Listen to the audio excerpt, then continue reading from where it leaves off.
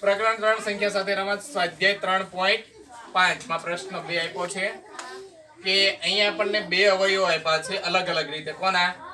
60 ના બે જુદા જુદા અવયવો આપ્યા છે ને એમાં જે ખૂટતી સંખ્યા છે ને એ આપણે લખવાની છે.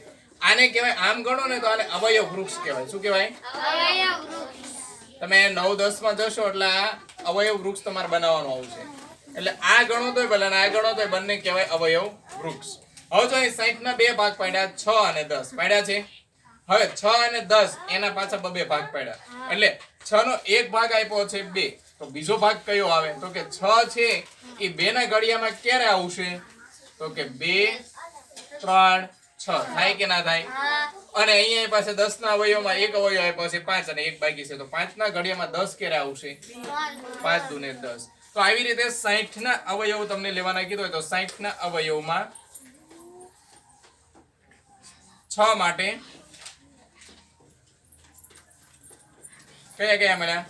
તો કે 2 ગુણ્યા 3. અને 10 ના અવયવ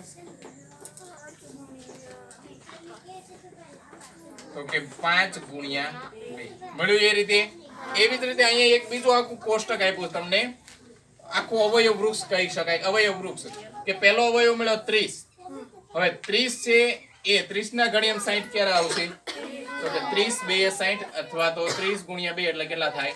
60. પછી 30 ના બે અવયવ પાડ્યા, કેમ કે આ તો અવિભાજ્ય અવયવ મળી ગયા એટલે 30 ના બે અવયવ પાડ્યા. એક અવયવ 10 મળ્યો તો બીજો અવયવ કોણ મળે? તો કે 30 ના જે 10 છે એમાં 30 ક્યારે આવશે?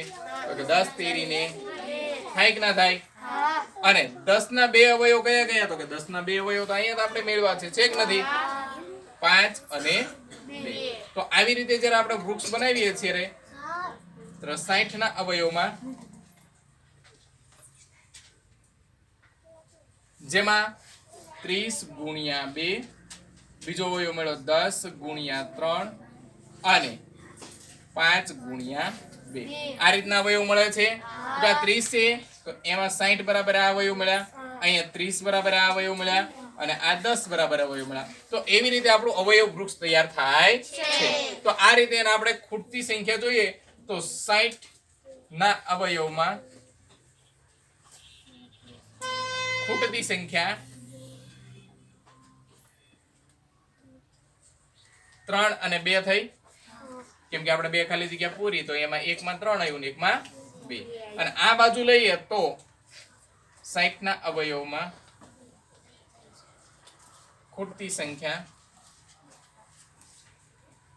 પેલી 2 પછી 3 પછી 5 અને છેલ્લા પાછા 2 છે કે નથી? તો એ પ્રમાણે મળે છે. બરાબર.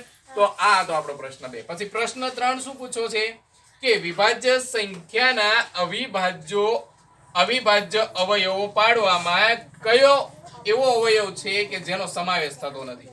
વિભાજ્ય સંખ્યાના આપણે અવિભાજ્ય અવયવ લઈએ તો કઈ સંખ્યા નથી આવતી? તો કે 1 અને સંખ્યા પોતે 1 એમ અવિભાજ્ય અવયવ પાડવામાં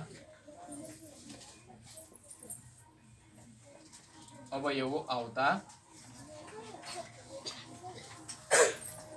નો સમાવેશ થતો નથી. કોનો સમાવેશ થતો નથી?